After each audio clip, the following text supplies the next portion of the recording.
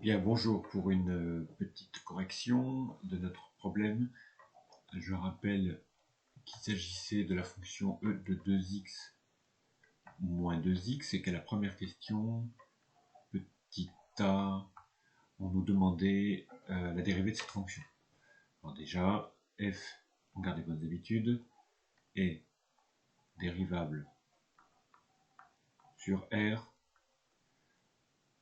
Alors vous avez une fonction expo qui est certes composée de deux fonctions, une linéaire et l'expo, et puis vous avez celle ici là, donc ça c'est une affine, même linéaire, et ça c'est une composée avec l'expo et une linéaire. Tout ça est dérivable sur R, ce qui fait que f est dérivable. Donc ces deux là sont dérivables sur R. On en dira un petit peu plus l'année prochaine sur celle-ci comme composée de deux fonctions. On peut y aller, on va avoir une dérivée toute simple, 2 fois e de 2x parce qu'on connaît sa formule. Oups. Voilà. On précise pour tout x appartenant à R. On encadre correctement avec une règle, comme moi ici. Et voilà. Bon, ça c'est fait. Classique, on demande le signe et le tableau de variation. Bien. Bon, il y aura un petit peu de technique. Alors, au début, a priori, c'est pas évident de le déduire, ce signe, ce qui fait que on va faire une inéquation.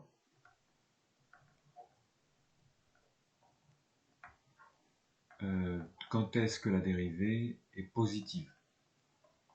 D'accord? C'est cette question-là en fait qu'on se pose. Bien, vous procédez par équivalence. Vous divisez par 2 des deux côtés, qui est positif, donc ça ne change pas le signe ici.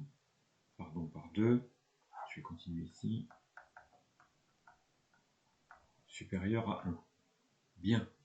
Et ça, quand est-ce que c'est vrai? Là. Alors, je vais utiliser une propriété qui dit f fonction croissante signifie, alors je vais me mettre peut-être un petit peu plus précis, f croissante sur un intervalle i, mettons AB, signifie que pour tout A et B qui appartiennent à I, f de A supérieur à f de B implique A plus grand que B. Et en fait, on pourrait même montrer qu'il y a une équivalence. Qu'en gros, que quand la fonction est croissante, genre ça, si vous prenez A, son image f de A, B, son image f de B, A et B sont dans le même ordre que les images. Voilà. Même ordre.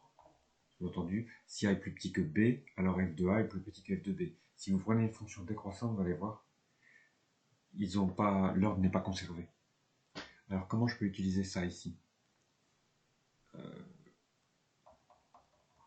Je me mets ici. Vous avez e de 2x supérieur à e de 0. Oui, parce que e de 0, ça fait 1, exponentielle de 0. C'est la définition de l'expo. Donc, vous savez aussi que l'expo est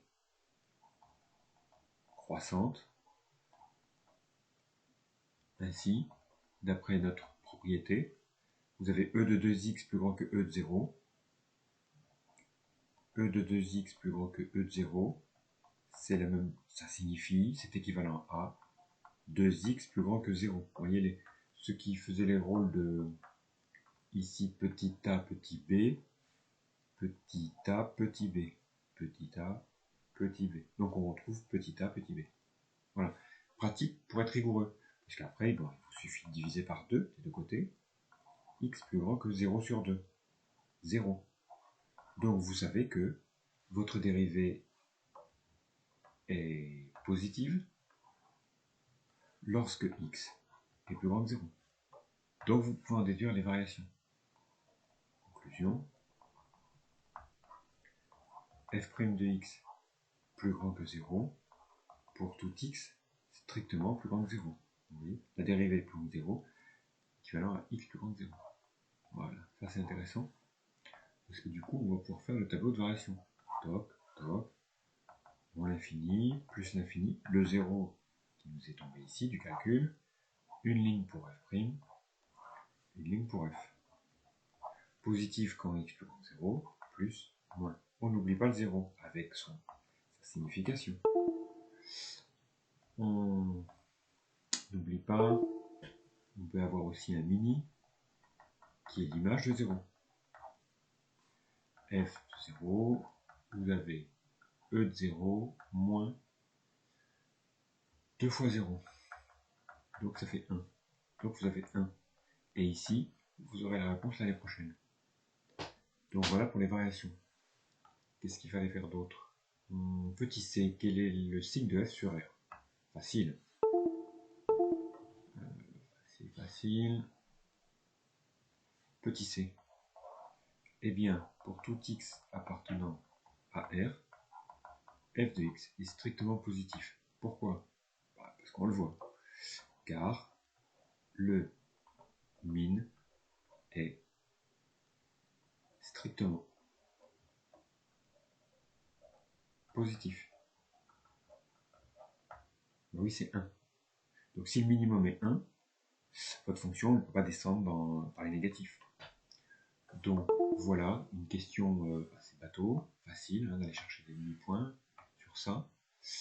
2A, on vous demande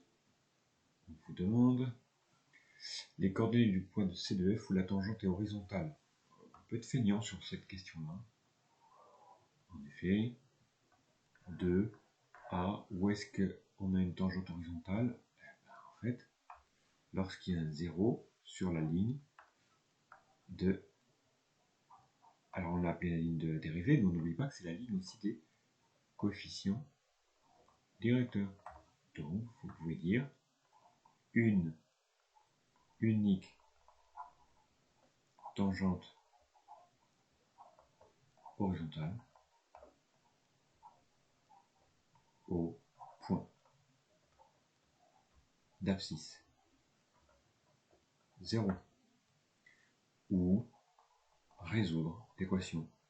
Vous avez deux méthodes. Ou bien vous vous contentez de dire je vois bien qu'il n'y a qu'un seul 0 sur cette ligne, donc un seul coefficient directeur nul, donc une seule tangente horizontale. Ça, il faut bien connaître son cours. Sinon, vous refaites l'équation dérivée égale à 0, parce que c'est elle qui donne les coefs directeurs. Donc on est quand même dans la même compétence. Donc vous reprenez votre dérivée, de e de 2x moins 2 égale à 0, e de 2x égale 1, ça fait e de 2x égale e de 0, et comme votre fonction est strictement croissante, votre seule possibilité c'est que 2x soit nul, que x égale 0. X égale 0, on la retrouve, mais c'est un petit peu plus long. L'espace 2b, qu'est-ce qu'il va faire à la 2b? L'équation de tangente peut-être, en 1/2. Facile, à condition de se souvenir, je vous conseille de l'apprendre par cœur. Donc D, la tangente en 1/2, tangente en 1/2, y égale f de 1/2 plus f' de 1/2, facteur de x moins 1/2. Bon, voilà, petit calcul. F de 1/2, vous avez e de 2 fois 1/2, 1, moins 2 fois 1/2, 1, plus la dérivée 2 fois e de 1/2, e de 1, moins 2, facteur de x moins 1/2. On développe. E de 1, on le note E tel le feignant moyen. Et on développe. Alors, je vais laisser par contre tout ça avec x, parce que c'est le coefficient directeur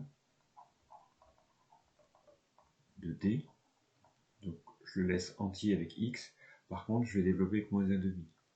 moins 2e